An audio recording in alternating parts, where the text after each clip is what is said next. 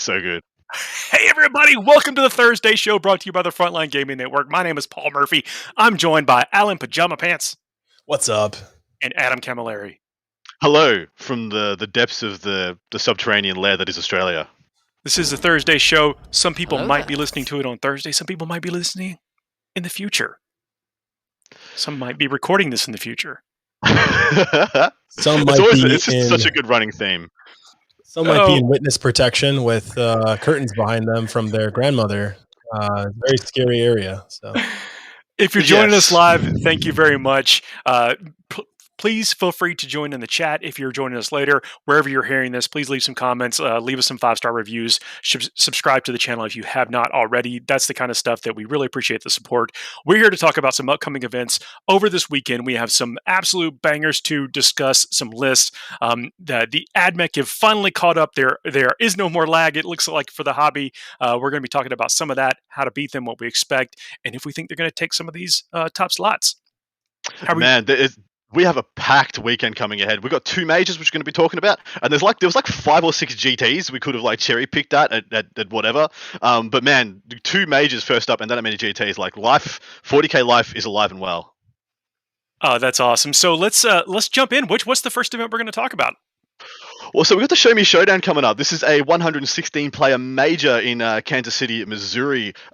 Dude, this is one of the. I think this is the either one of the premier or one of the flagship events for the Lord Marshall Conference, which is kind of a big deal for that area, that region. Maybe you guys know a little bit more about it than I do, living in that area. But this is kind of like the ITC, but just for that region, just for that area. Last year it was won by the amazing Dan Salmons. This year in top spot we have James Kelling, who's making a showing at this event as well. But jumping into some of the quick and dirty stats for this one, like I said, 116 players. This is a big, healthy-sized event, guys. 9 Drukhari in attendance, 9 Admech, 9 Necrons, 11 Deathguard, being the most numerous single faction of 11 Deathguard. So you're telling me there's a chance? There's a chance. There's a sneaky one in there. And then it goes 8 Sisters, 8 Dark Angels. So it's really interesting. Those top 5. 9 Drukhari, 9 Admech, 9 Necrons, 8 Sisters, 8 Dark Angels, 11 Deathguard. Really interesting spread there. And then from there, it jumps off a bit of a cliff. We've got 4 Custodes, 4 Orcs, and then some breakdowns for some Space Marine factions. But really kind of interesting at that top end where I think this is the first time we've seen a decent parallel for Admech to Drukhari to Necrons to I want to talk about this a bit. Also later up, coming up in the show, we're going to be talking about the Mall, which I love that event. I love the folks that run that event. We're bringing back the Fuego Rapido towards the end of the show. Lots of stuff to cover. Strap in. There's going to be some fun things we talk about. So let's talk about that spread. So 9 Drukhari, I mean, do they even have a shot? Is this like wearing white jeans after Labor Day? What do you think, Alan? No, I think the Drukhari still definitely have a shot. I think they're definitely, top tier codex. I'm assuming a lot of the players have pivoted. We looked at a lot of the lists. I don't know how many. I think we have one list that we're covering. I don't know if it's from this event, Adam, but we do have one Drukhari list that we're going to cover today. And I think overall they have all the tools. They just really need to, overcome kind of those new armies, and they have to have a strategy against them. Well, you say that, but the Necrons are the sheer volume of Necrons. Is that something that people are taking to be counter meta? Same with the Dark Angels. Those things, we know they've got some kind of deceptive staying power. And so it's interesting to see what kind of builds. I wish we had a bit more. Well, it's not really in our purview; it's more of the stats center purview. But I wish we had time to break down, look at those Necron lists. I want to see if they're the blocky, double obsec horde, or if they're going more MSU. I feel like if the Necrons were trying to go into the horde right now, that would be a bit of a mistake, seeing as that's what people are already teching into to combat a lot of the Admech builds. Of course, the Admech Lucius horde is oppressive as hell, and people are trying to figure out ways and means to combat it. And look, the Necron double obsec isn't a bad counter in and of itself, but it exposes themselves to the same things people are going to bring to try and counter Admech. And so maybe I'm of the opinion we're maybe seeing a kind of a resurgence of possibly some more of the obsec canoptic MSU armies, or possibly even some of the MSU Novok builds that we saw right at the start of this edition. And what about the Dark Angels? Sorry, Alan. I know that Adam's a Dark Angel player, and I want to hear if he thinks they can hang in there. Yeah, to add on to the Necrons real quick, I clicked through a lot of those, and they're all over the place. So there's still Necron players playing the 60 warriors, 40 warriors, with a mix of things. I mean, a lot of people are playing, the expansionists, and they're playing the OBSEC. so they're moving before the game and they're full OBSEC armies. But overall, we're seeing C-Tans. I saw a Silent King list. I saw Destroyer lists, Lich Guard lists, Warrior lists.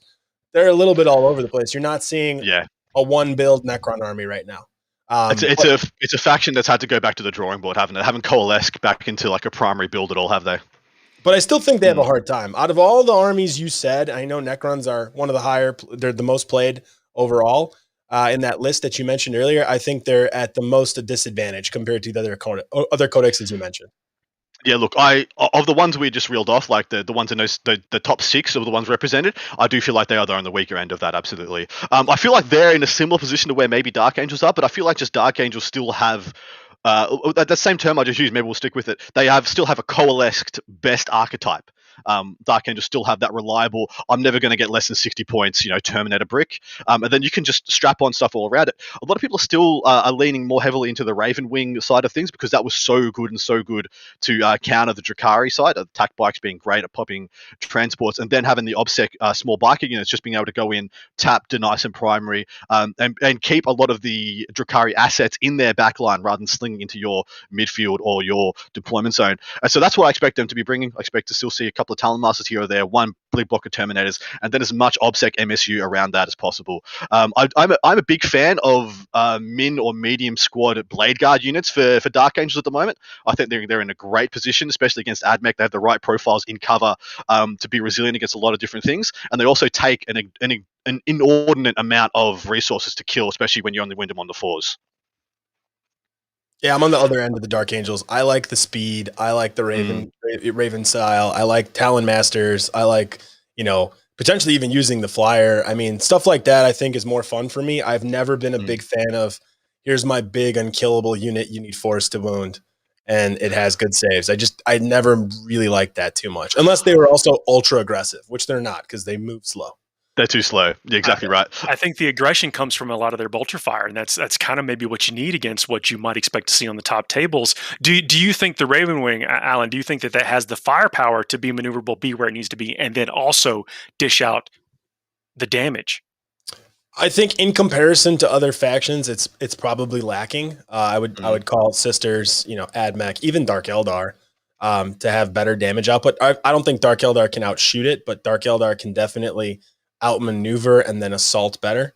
So I think that, it is lacking even with that build. But if I was playing Dark Angels, that's the type of Dark Angels I would play. I would try to play that and make sure that the army is cohesively structured in a way where my secondaries are pretty straightforward. I know which ones I'm taking in most games, if not every game. The list is designed to do those very well. And then I just hammer through games to make sure that the efficiency is there in the list so that I'm not missing those primary points.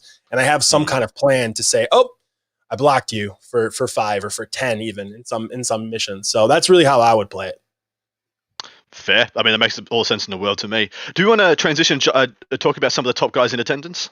Yes, let's do it. I also want to get you guys' opinion about how you think the Sisters may be able to adapt in this kind of stuff. I mean, this is where you need to be. How do you overcome these two big threats out there that are in there in a high attendance? I suppose we might leave this topic for the end, but I'm interested to hear your guys' thoughts on whether because I talk about this coming in waves, like you get meta waves. Iron Hands was like a freaking tsunami; it killed everybody. But right now, we just saw the Drakari wave. It's receding at the moment. Still, the water's still pooling everywhere. But Admech the wave is starting to hit now. Are we going to see a Sisters wave? Are they going to be a little puddle, and they're not going to make a big splash because of how potent and oppressive we feel like Admech will be? But anyway, jumping into those top players in attendance, the top ranked gentleman is Mr. James Kelling. He's currently sitting ranked at number 1 in the Lord Marshal Conference rankings, and he's number 6th overall in the ITC. Sitting just below him in 8th spot is Mr. Ben Sherwin. And then below him is Mr. Charlie Andre, sitting in 13th position. But we're going to talk about Mr. Kelling's list straight up here because he is taking Drakari. That was the one mentioned by Alan a moment ago. And just you guys are ready for me to bounce right into it? Yeah, go for it. Let's do it. Starts off with he's a triple patrol. Dark Elder. Custom Coven, Dark Technomancer for the first one. Starts off with a Homunculus, 3 units of 5 racks, no special weapons, or Liquefy's already been gone. People snap those arms off, never heard of him.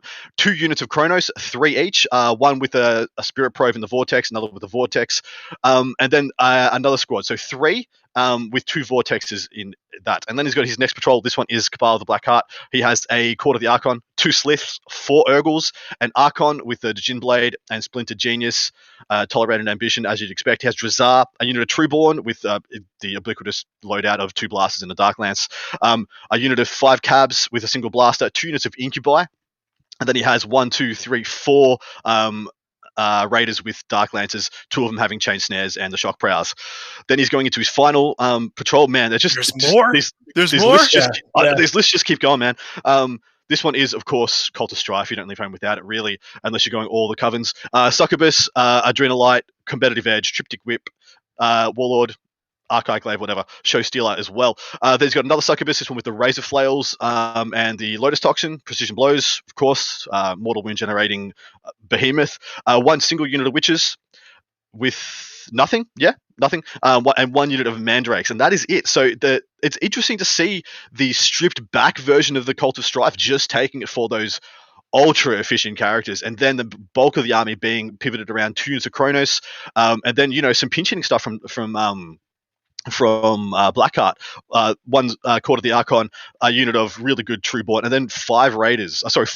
So a ton less Raiders than we're used to. Usually the min was like 5, sometimes even 6. I've seen and I've played against 8 and 9 Raiders in my time as well. Alan, what do you make of this? It's a well-designed army for secondaries, definitely, and it has the movement. It's basically what I just said for Dark Angels, right? So he designed a list that he can go with a number of different secondaries. They're all relatively easy for him. He's got mobility. He has a lot of tricks in what he can potentially keep in reserves if he wants to, and they can come on the board edges later in the game. The movement in the list is what's going to allow him to essentially try to play with you on those objectives, push up, take the center board objectives, try to get more than you, so he gets up on points in the primary.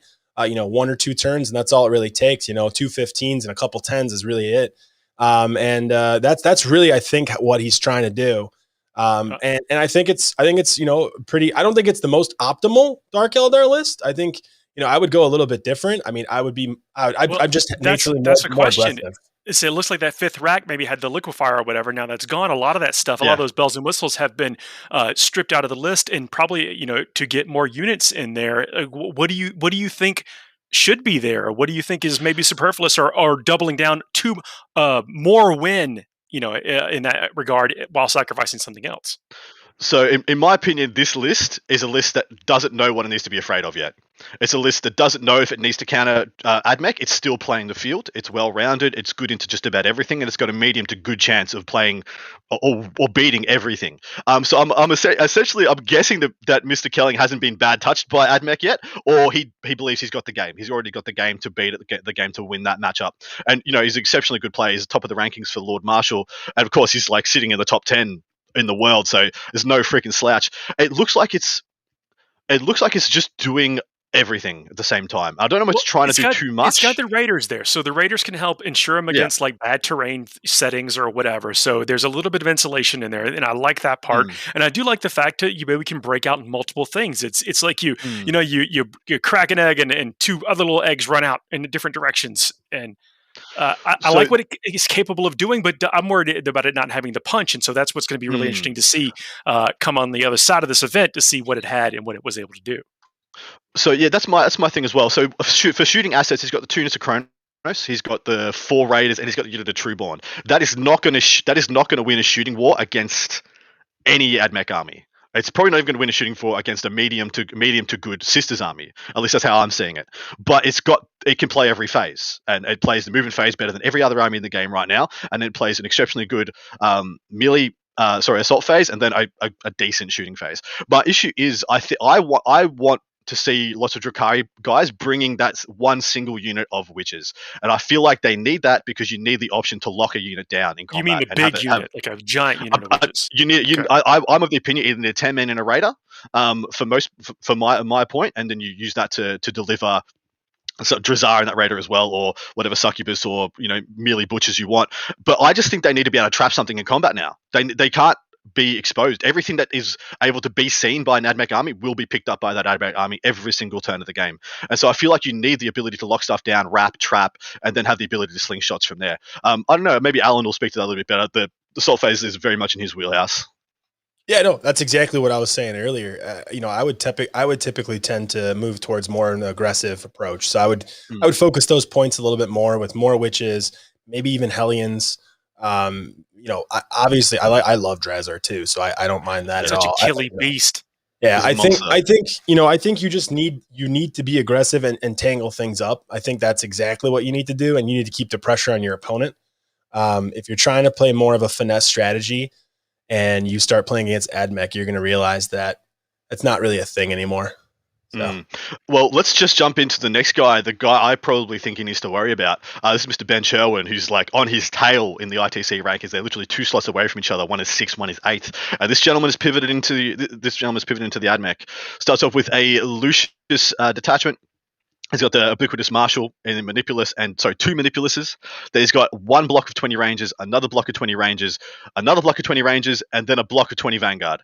Then he's got 2 units of 8 Fulgurite Electro Priests, 2 units of 3 Las Cannon Chickens, 1 unit of 10 Sterilizers, because I'm assuming the FAQ is probably not in play yet, and 2 Dune Riders. This is a single battalion. This has pretty much the vast majority of its CP intact, and it seems to just kind of have it all. It's got the 80 infantry. It's got. This is a great list. No, this is exactly a great list. And with the Admech, you don't need to branch out. There's almost basically no reason to go and take another detachment to sacrifice into that CP. Because you have a bunch of CP to burn. So he's going to have all the fuel he needs to dish out an amazing amount of pain each and every turn. It's going to be incredibly difficult for armies to even come halfway across the field. It's kind of stunning to me that in one battalion you can have such a varied, versatile list that just has so much stuff in it. It's crazy. Alan, what do you think? I think Ben's a very dangerous man at this event. So, me too. I mean, where's my shoe? He's going to win the tournament. I looked through all the other lists. I think, barring any kind of crazy, misplays on his part, barring, it's kind of his tournament to win. If you look at the lists that have been submitted, I think 95% of the field will have absolutely no idea how gross this is until they face it. And the other 5% who may know about it might know after they watch our show, and they might have looked it up. So yeah, I was hoping to keep. So I have 2 Manipuluses in my list as well. I was hoping to keep that secret for as long as possible. But really, when you look at it on the page, there is no secret. What that does is it increases the AP of a unit in the command phase. You got 2 of them. You get to double your fun on that, and it's not on the same unit, on different units if they're using the FAQ. And it is brutal. It's weathering. It is demoralizing when you can see just how much shots they can pull out. And it's going to take a savvy general to stand up to that, to not expose themselves to that, and then be able to make an impact on that. Yeah, I don't know what the terrain looks like either. But, depending on terrain, this might be you might see a bloodbath here. So, I mean, there's a very good likelihood that Ben might have a conversation with his opponent top of 2 and just say, hey, do you guys want to talk out the rest? Do you want to play? Do you have the willingness to continue? Or have all your Pokemon fainted? Yeah, no, this is a serious list. This list is exactly what needs to be nerfed to make Admech a little bit more in tune with everyone else. But then again, now that I'm getting a little bit of reps in with Sisters and seeing what they have, they're just as gross, just a little different, maybe not as abusive. I don't think they're. You got to work harder as well. You can't just sit in your deployment. You can't just sit in your deployment and win the game. Very good. We mentioned that the command points are still intact, and I see a lot of additional warlord traits being sprinkled around to things, and that is a choice because there are lots of abilities you can gain and squeeze out of this stuff that makes it even grosser. And in my experience with Admech is they do have CP to burn. Like if sometimes you just don't need all the bells and whistles. You've got it all there on your page, and I think he's taking full advantage of that. So Dan Sammers just tuned in the comments. He just said Ben's list ain't the best Admech one. There's no throwaway or infiltrate. He has got the solar flare, so he does have a pseudo infiltrate. But you're right. This is a no fat on the bone build. There's nothing he can really afford to throw away for no return. He needs to get some mileage out of every unit in his army. This is literally the fat free Admech. Well, I would argue that the priest are actually a little bit of electro priests are a little bit of fat. I mean that's a choice, and you're right. I'd love to see some of the what are the Cerberus Raiders, whatever, to be able to cause some distractions. This could be a modeling choice, but I don't think so. I think there's a plan for every single one of these things, and I think that plays out in what you see as in the relics and the warlord traits. And it's going to be tough. Agree. I do love to hear that bit of a crosstalk in the chat. So let's hear a little bit more of that, and also see what if anyone is coming to these events and we don't have your list, then post them in the chat if you can, because we'd love to talk about them as well. And I would say, even though you perceive the list as maybe not having any fat and missing out on some of the gimmicks that we know about with Admech, the efficiency in these units from a point perspective, exactly. Like one of these units can make the points back of 3. Yeah. So when you think of it that way, he's got plenty of stuff that he's got plenty of stuff to lose. Well, dude, absolutely right, and that's a talking point we can talk to you at length. The risk of the min max build, because this is the min max. This is min max to the absolute degree. Min maxing versus redundancy, versus like having those 3 units of infiltrators, the 2 units of ruststalkers, having those smaller units of rangers and vanguard. Is it worth just stripping those back and just going, well, turn 2, you're not going to have any models, so I don't care. I don't care about having 5 mans to go and get me engaged and stuff.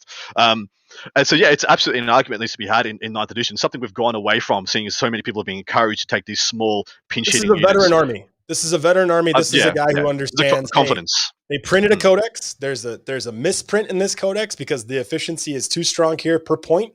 I'm going to abuse the hell out of it until they fix it. And I'm going to paint up all these models, and I'm going to wreck someone at some tournament. Yeah. This is his tournament. I'm telling you right now. I think we're going to see a lot of people going on the 2 Dune Riders. I think that just the profile of that model has a lot going for it. What it brings to the army is very important, and I think we're going to see more of those. One thing I thought I might see in this kind of build, the stripped down build, was a single bomber, because it does really go well into the Necrons, Deathguard, Dark Angels. But I suppose people are just of the opinion Admech is so far beyond those at the moment anyway, in the hands of a confident, you pretty much convinced me, though. You don't need to. You convinced me that the bomber has some actually does have legs. I was going to say it has legs, but actually it does have legs, actual physical legs on the model. But you convinced me of its utility, and there is some play in these lists because the core of the army is so strong that your last 300 points or whatever could be spent almost as a flight of fancy, which is interesting. I want to see how people play with that. All right, so we have one more list to talk about from this event, and this is from a gentleman who I've actually never heard of before, and I'm happy we had to talk about these guys who are up there in the rankings. This gentleman's 13th in the world in the ITC, so no slouch whatsoever. His name's Charlie Andre. Hopefully becomes a bit of a household name following this. He's playing Dark Angels, guys, and now I've got some questions about this list, but we'll get into it. He's got Azrael as his warlord, brilliant strategist, because you got it if you're taking him, gives you 2 CP if he's your warlord, and he brings arguably our best warlord trait anyway. And then he has Samuel. He has a unit of infiltrators and 2 units of assault intercessors as his HQs. His troops, apologies. 10 relic terminators with claw and stormbolter with a grenade launcher on the Sarge. Blade Guard Ancient with Rites of War and the Pennant of Remembrance. So he's got the -1 damage and it gives the obsec and the blah, blah, blah, blah. And then 3 units of 3 Blade Guard, which, I love them. 1 unit of assault Hellblasters. And I'm thinking this is a 10-man because it's 330 points. That is a 10. Yeah, that's a 10-man. And then he's got 3 units of 3 bikes with a lightning claw on the side. Nice little 95 points. What I scratch my head at this is that those bikes are not obsec, and I feel like they should be because you're paying points for Samuel. So all you do is this is a single battalion. But from my mind, you just make it two patrols, and you get a patrol and an outrider, and you just get 3 units of obsec bikes. And you make it a vanguard, and you get obsec terminator. So I'm really curious. This is obviously a gentleman who's got some strength behind him. It's a miss. No, that should definitely be 2 patrols. There's no reason for it. Well, it should be a vanguard outrider. Vanguard or outrider. Exactly. Yeah. Yeah, it doesn't make sense to me that it's not. He's got he's got 5 elites choices and 3 fast attack choices. So he could save pretty much all the points that he's put into troops and have much more obsec than he has right now. And so I'm going to go super meta here. I'm going to go super meta. Is that this list is like, if the player plays in this area, may have like a suspicion of what the terrain's going to be like. You can't play this list without knowing what the terrain's going to be like and using it to your advantage. That's fair. Doesn't matter though. Yeah. OBSEC is so strong, it's worth the 2 CP. We're talking about 2 CP to make all of his fast units OBSEC. Like, oh, indeed. I just mean the composition of the list in general of the the 9 Blade Guard running around. Smaller units of bikes, the 10-man unit of Hellblasters, which I tell you in some events will never get off the line. Like you put them right on the table, you pick them right back off the table, and they just never see their return. Azrael's pretty good at keeping this army alive on that first turn. Absolutely. Yeah. So the content of this list, I'm a big fan of. The formatting of it, like Alan said, it's a big miss. The 2 units of assault intercessors could be completely removed, and then you have you save. I think those assault intercessors are holding backfield objectives, 100%, and they're just assault intercessors to kind of be a little bit beefier, so that if he gets charged by units that are in reserve, they can have more attacks. That's pretty much it, I think. Well, those 2 assault intercessors buy you a Talon Master, is what I was about to say. I know, but you need stuff to hold your backfield. His core is taking center. His bikes are stretching out. Now, what I would change if I was playing Dark Angels is I would probably think about, some land speeders potentially instead of maybe the bikes. And I would also consider Devastator squads with grav cannons, because I think those are very interesting in this list too. Yeah, you love that thing. So for my mind, what I would do is I'd cut the Hellblasters in half and buy them an Impulsor. So for those of you who don't know, the Hellblaster unit in an Impulsor is a fantastic anti-Admech tool. It's a unit that can sling from one side of the board to the other, advance out of that Impulsor after it's moved, get 3 damage on their guns, and just waste your opponent's chickens. A full unit of 5 chickens can be gone from 5 to 0 from one unit of 5 or 6 of those Hellblaster assault plasmas. So I'm a huge fan. I think cut that unit in half, buy them an Impulsor, and they become a much more versatile tool. As they are right now, I think they're just going to get, Azrael's going to point at them and say, you, sir, have got a 4+ invulnerable save and full rerolls, mess up everything you can get in range of, and then they might just die. I argue if you cut them in half, then you've even further reduced their efficiency or their power.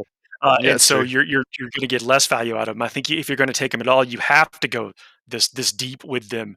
Although, I do think Impulsors are great. Been a fan of them for a long time. I think if you're playing Marines, especially if you got Blade Guard in your list, you probably want some Impulsor. But the chat just mentioned that pictures from this event, recon from this event, says 14 to 16 pieces of terrain, heavy terrain boards. And so not counting this out. Well, and that's why I love the Hellblasters, because they're a shooting unit. They're a missile. You shoot it at your opponent. It just goes straight through terrain. It ignores line of sight essentially, because they just run past the line of sight blocking pieces and get where they need to be and just gut a very important unit. They're not that expensive when you only take 5 or 6 of them, like for what they're able to kill. Yeah, but you still have to factor in your Impulsor points in that. That's still a part of your ROI. And that's why I think people are. That's why I think people are steering away from it, because it just gives somebody something to kill. You look at this list, and there's nothing that a las cannon really thinks they're going to get good value out of. Like picking up a Terminator is the best thing is a las cannon can do against this army. So as soon as you put an Impulsor in it, you're giving people return for that investment. Yeah, I don't know. I miss the plasma interceptors. I miss grav. I'd like to see, if you're playing an Azrael core walking based army, I think go full in, right? Like just lean into that idea. I think that's the way to play it. So one thing I would love to have seen is the 2 units of 5 assault intercessors be amalgamated into 1 unit of heavy intercessors, because that's a sneaky, amazing unit to sit and do your defiant stand and get your auto 15. It's very hard to pick up when it's out of line of sight. Literally no one's line of sight shooting, especially people talk about people taking Admech disintegrators because they'll still pick up people's backfield stuff. They will not scratch the paint on 5 or 6 heavy. They're a triangle. He's literally taking 95 points to hold this quarter, 95 points to hold this quarter, and the infiltrators are at the top. He's got 3 units of Blade Guard, 3 units of bikes. They move up. They move up with the Terminators and with Azrael. They take center board. He's got a triangle of Blade Guard, Terminators in the middle, and he's got Azrael in the center. It's a 6-inch aura. It's a triangle within a triangle within a circle. You can't remove you can't remove those 2 units for 1, because he's losing his efficiency on holding backfield objectives. That's his entire purpose for that unit. There's only 2 missions where you need to do that. are halfway through the broadcast. Thanks everybody that's coming in the chat. Really appreciate that. The comments have been great and really giving some more context and color to these events that we're talking about. I think we need to jump to the mall at the mall. We do. All right, so the Quick and Dirty's here. This is a 67-player major in Cleveland, Tennessee. Quick and Dirty stats here. This is the first time, I think, we have seen Admech. This might be in the history of the damn game since they've been introduced, where Admech is the most numerous faction at an event. To my mind, I didn't do an extensive research into this, and I'm assuming all the Space Marines added up is still more than this, but we have 7 Admech players in attendance of this event, which to me is like mind-blowing. It's more than 10% of the field. I feel like we need some rock music for this right now. Well, so... Oh, yeah, let me go ahead and also state that the folks that put on this event are some of the nicest people that you're going to encounter that run tournaments in the whole U.S. And so if you can make it to one of their events, then I highly suggest that you do, because you're going to have a good time. Now, the Admech situation is another story altogether. What do we have in some of these lists? So the rest of the field, apologies, is 3 Drakari, 2 Sisters, 3 Necrons, and then it kind of dips from there. This actually event, as soon as you take the Admech out of the equation, has a phenomenally good spread of factions, with nothing I feel like being overrepresented. But yeah, 7 Admech is phenomenal, and it's going to be hard. You're probably going to see 2 or 3 of them in the top 5, if not on the podium, like 2 of them on the podium, which is a bit fearsome. Of the guys in attendance, of the top ranked players, we have Mr. Mark Aish sitting in our 14th spot in the ITC, and then Mr. Mark Perry, the great and clean one himself, sitting in 22nd. Now, both these gentlemen are taking Chaos, which I find exceptionally interesting, and you know, Alan's probably going to have a conniption being like, "Oh, finally," because that, you know, obviously that means Chaos is in a decent, you know, might take home a major. They might win a freaking major because 2 of the best players at this event are taking Chaos. Can they do it? I mean, honestly, can they? So there's a possibility that Admech players play themselves in the first round. It's true. Well, with that, and then Chaos, but as Chaos will probably not play itself, so we can count on Chaos make it to the second round. I think we'll see a Chaos player get T-Whip, but I don't think they'll win. I wouldn't be surprised if I see one of these gentlemen on the podium, maybe take that second or third spot with a good 4-1. But going undefeated in this meta with Chaos is just Let's do it. Let's do it. Right. Before I weigh in, first one is Mark Aish, sitting 13th in the ITC. Starts off with a battalion detachment of Chaos Undivided. He has a contorted epitome, a Lord of Change, which is, you know, as unkillable as they get. Then he has Slaxy Hellbane, a unit of 10 Brimstones, 2 units of 3 Nurglings, a unit of 5 Furies. Then he has another battalion. This one is wholly of Slaanesh. 3 Keepers and 3 units of Demonettes, one of those being a 27-man, the other 2 10-mans. So, monster freaking mash. How many rounds is the event? I think it's a 5-rounder, but don't quote me on that. I could be incorrect. I think it is, yep. I don't know.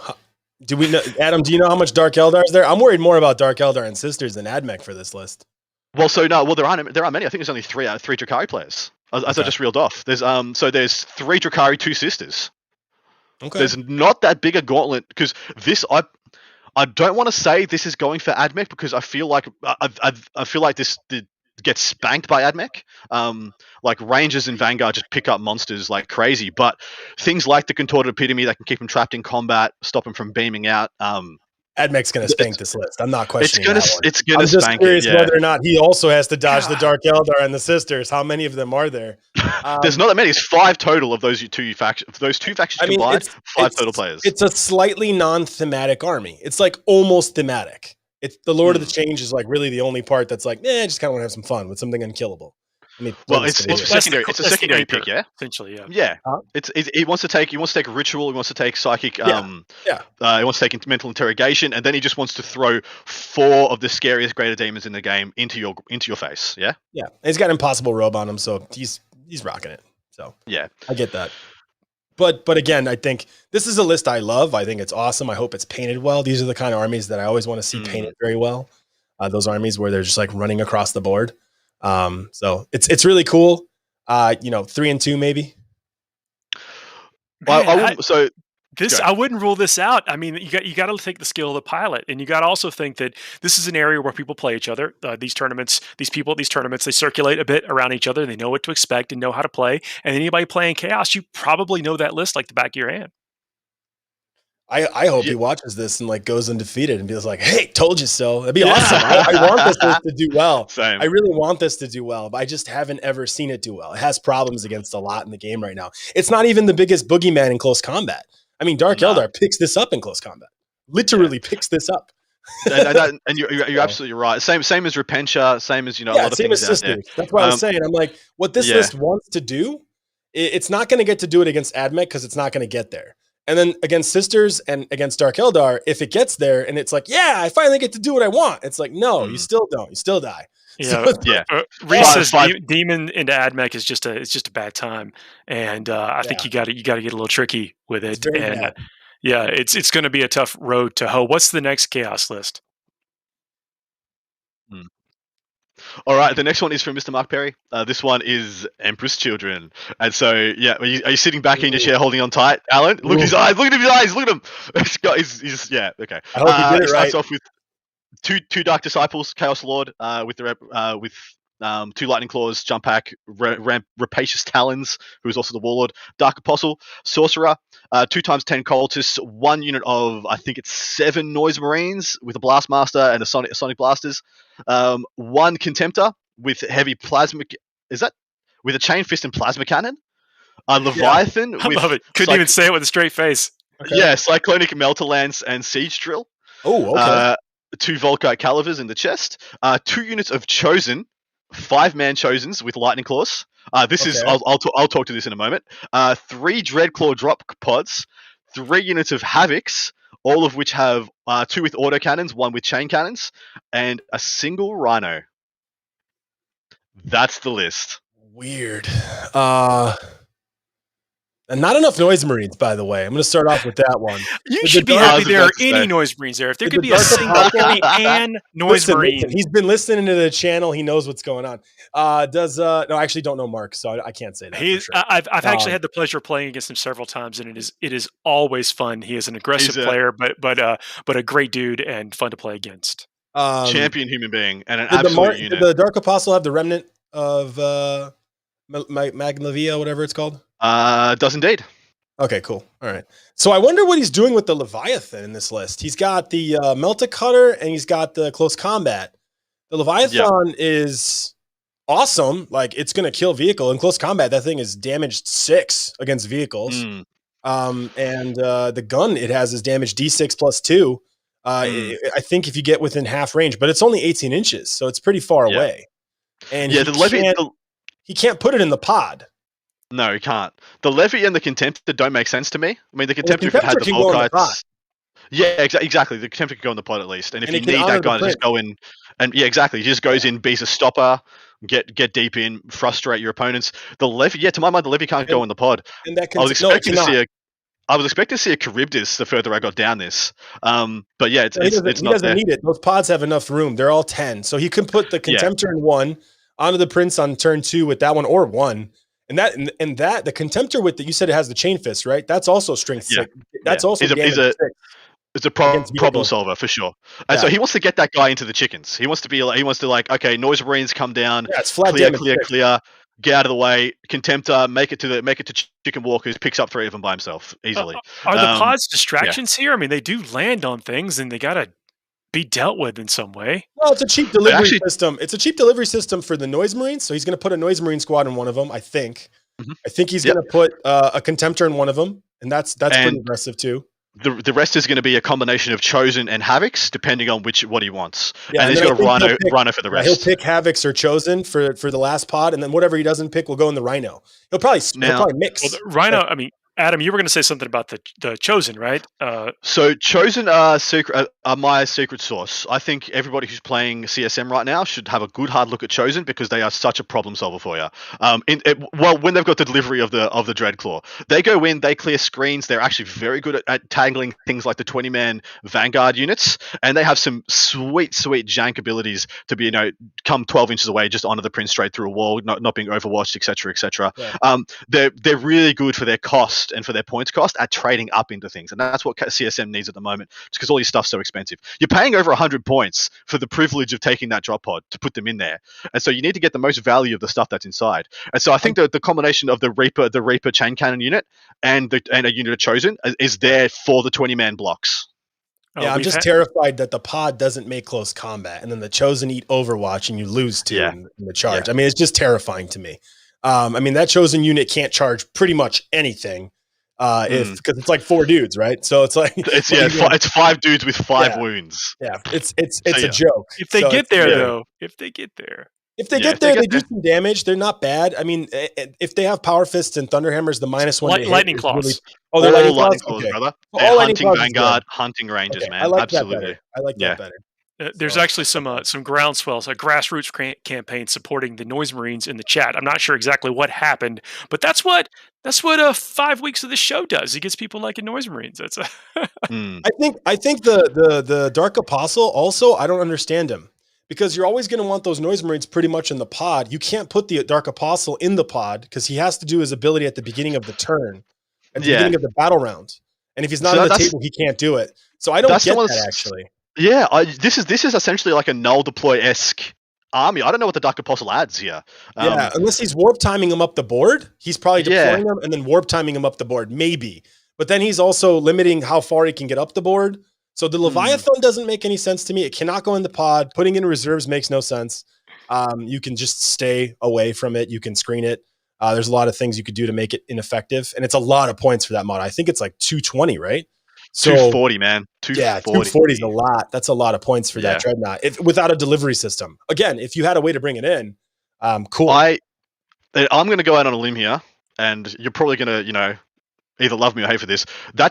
Those points should go away and should make a unit of 20 Noise Marines. And that Noise Marines unit should start on the table and first turn clear every single screen. No, but it would make more sense for this army. That unit of Noise Marines they have the redeploy strat, so they go from, if you go first, they go from the back of the board to the front of the board. They clear every single screen in the freaking game and turn to its raining pods, and there's nothing you can bring them in turn 1. You could bring in the Contemptor in turn 1. But you can't clear the screens for the bastard for turn 1 is my only issue. Yeah. This is heresy, and I can't believe we've talked about Noise Marines. But actually, I do like them. I think they do stack up exactly pretty well. So either that, maybe Mark's trying to test out some of this stuff. Maybe it's probably not a fine-tuned list. I think there's some serious issues with the way it works with itself. It's not clear. But hey, I think it's got some legs. I don't think it's going to win, but more legs than the previous list. Don't count it out. I'm really interested to see how this turns out. There's going to be some fireworks, I think, in tough competition at this event. So my only fear with this list is if the terrain is bad for him, he gets wrecked. Everything his army that's not starting in reserve is dead turn 1 against the wrong opponent. That's what the 1 Rhino's for. You're bringing your own terrain with you. Alternatively, if he has to go first and is screened out because somebody has infiltrators, somebody has something to push out his dread claws, he needs to get on his bike real quick. The stuff that he needs to use every asset he's got that deploys on the board turn 1 and doesn't have any choice in the matter. And I feel like his hand is almost forced just because the levy doesn't shoot.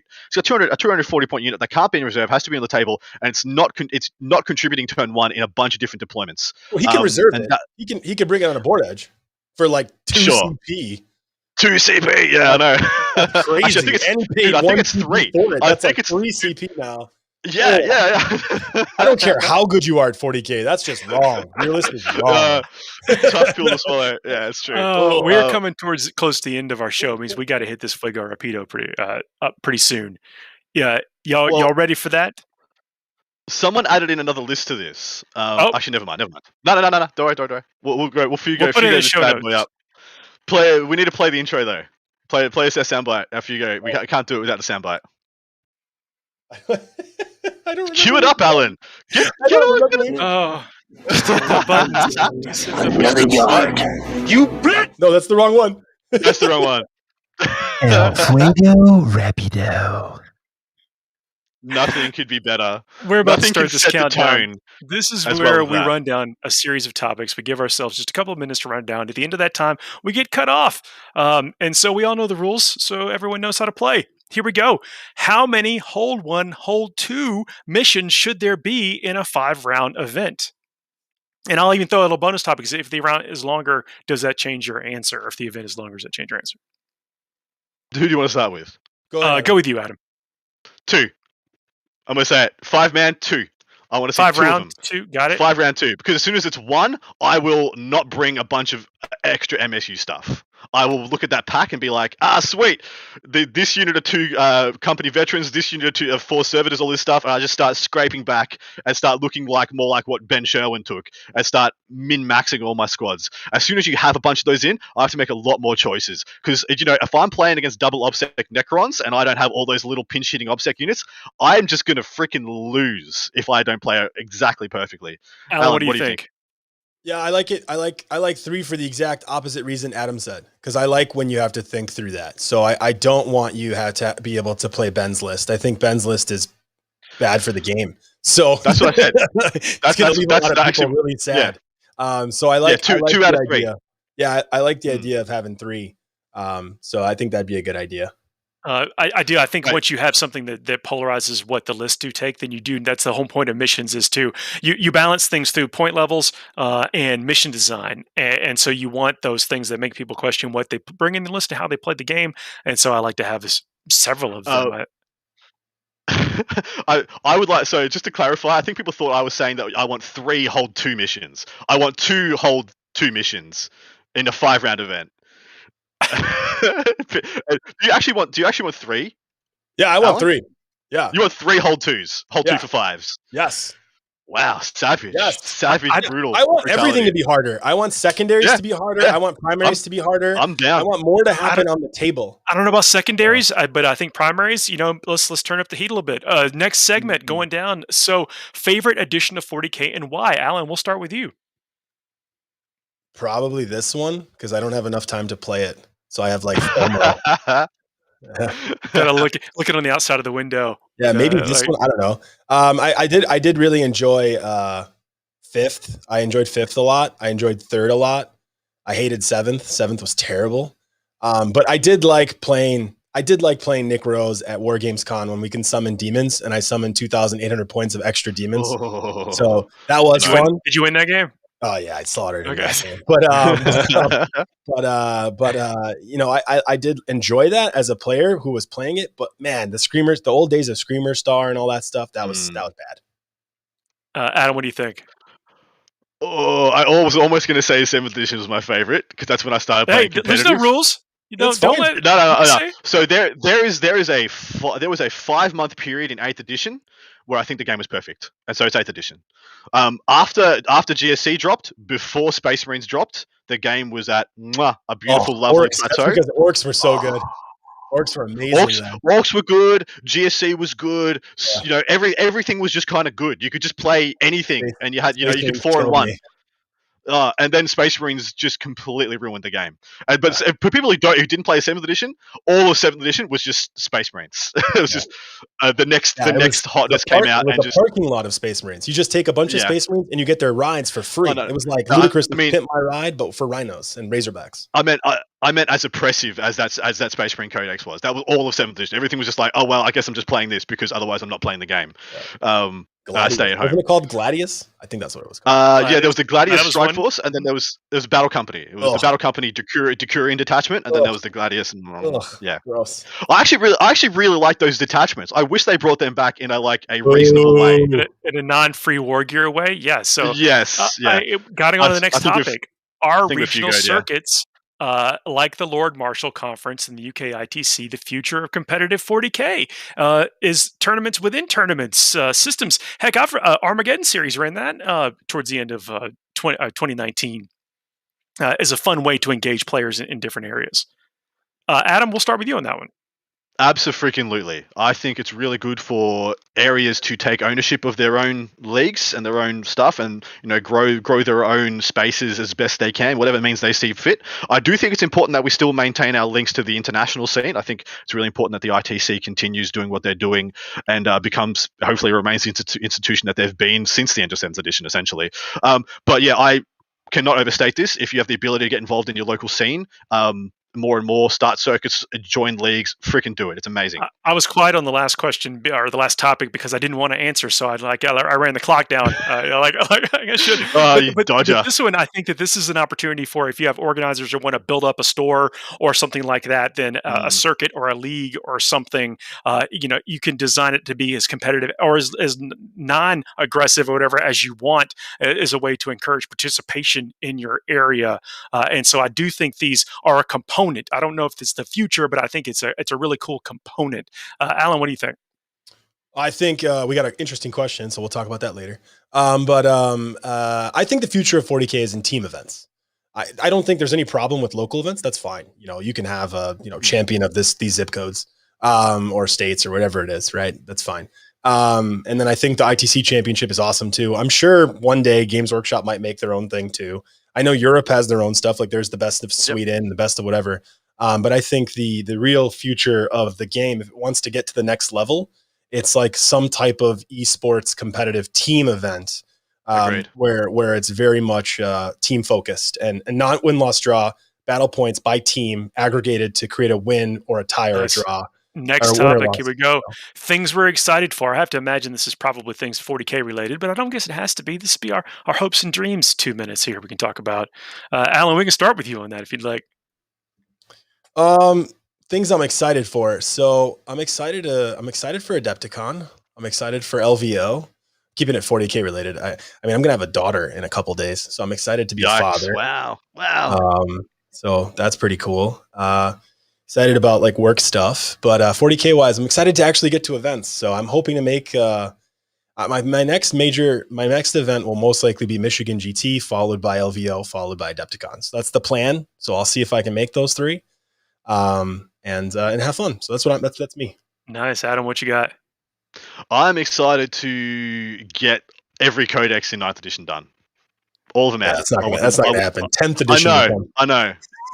Well, it's not happening. It's not happening fast enough for me.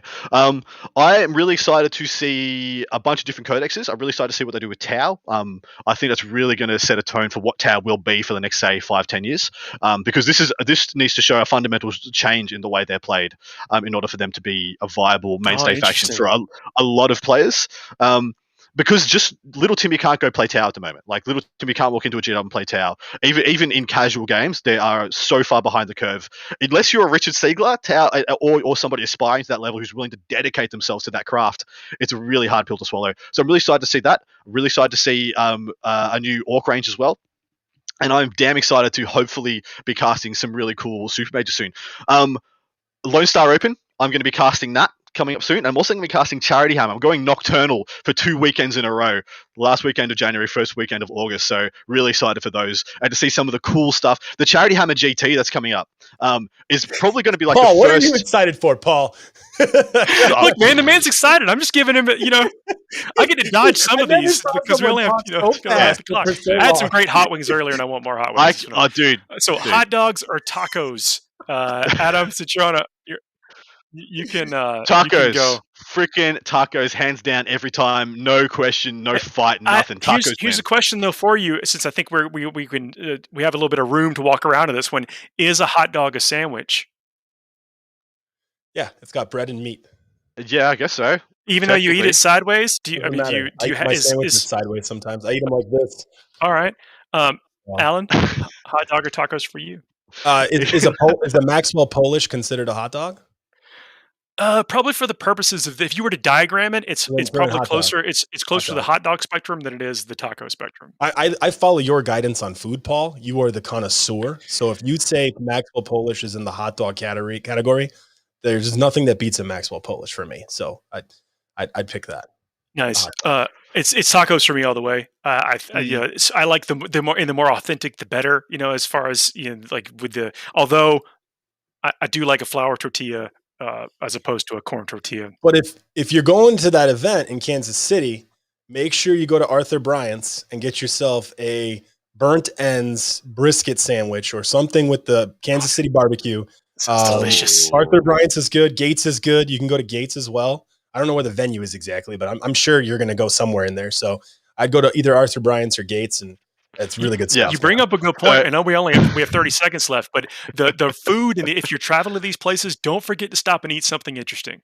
I think that's one of the things that explore the culture of the area that you're going and traveling to. That is one of the best takeaways from these events. Yeah. Especially with COVID having hit traveling so hard across the world, sprinkle a couple of dollars here and everywhere, support some local businesses. Especially if they're a supporter of the event, eat there, stay there, support that stuff. Yeah, and you can also get a Kansas City skirt steak. Those are amazing as well. So, yeah, nice. We got a local here calling out my favorite taco place, El Taco Azteca. That's near us. So thanks for that in the chat. I got a guy calling me out, Gerald Nicholson. Adam doesn't have hot dogs; he has Bunnings snags. You're absolutely right. There is nothing better than a Bunnings snag, by the way. Bunnings is a hardware store, and they have like a barbecue going at the front, just selling we have like a Home Depot. $1 sausages at the you walk past, you just grab 4 on your way in to get your wheelbarrow, and yeah, it's a good time. Yeah, we have Home Depot on the way out. They have a hot dog stand. Yes, everything should just have some kind of stand associated with hardware it. store. Hot dog stand. I don't know about you guys, but I never not want to have a snack. It's just I don't know, that's how I'm built. I gained too much weight during COVID, so now I fast for like 18 hours a day, so I don't snack anymore. That's the end of our show. It's going to be really interesting to see how. Well, I don't know if we called winners for these. I guess we kind of did. I think our strong bet is on Admech. So okay, but even with 11 Deathguard lists, do you think that they just have the endurance to weather through the rounds in one of those? I mean, no. Okay, man, it's doubtful. God, I can't believe we have more support for noise Marines. When I see a Deathguard army, I literally walk to the table and I go, "Bold choice, Cotton." My pick is I think Sherwin's going to win. Show Me. He's my pick to win Show Me Showdown, and I'm not. I see the thing is the 2 top-rated guys at Maul and the Maul are taking wonky off-meta lists, and so I'm not sure I can back either of them. But and that's saying that in knowing that there are 7 Admech lists in attendance to that event, and none of them are being taken by the top guys. Well, you got to tune in to Stat Center to see if you get to eat that a hat or not.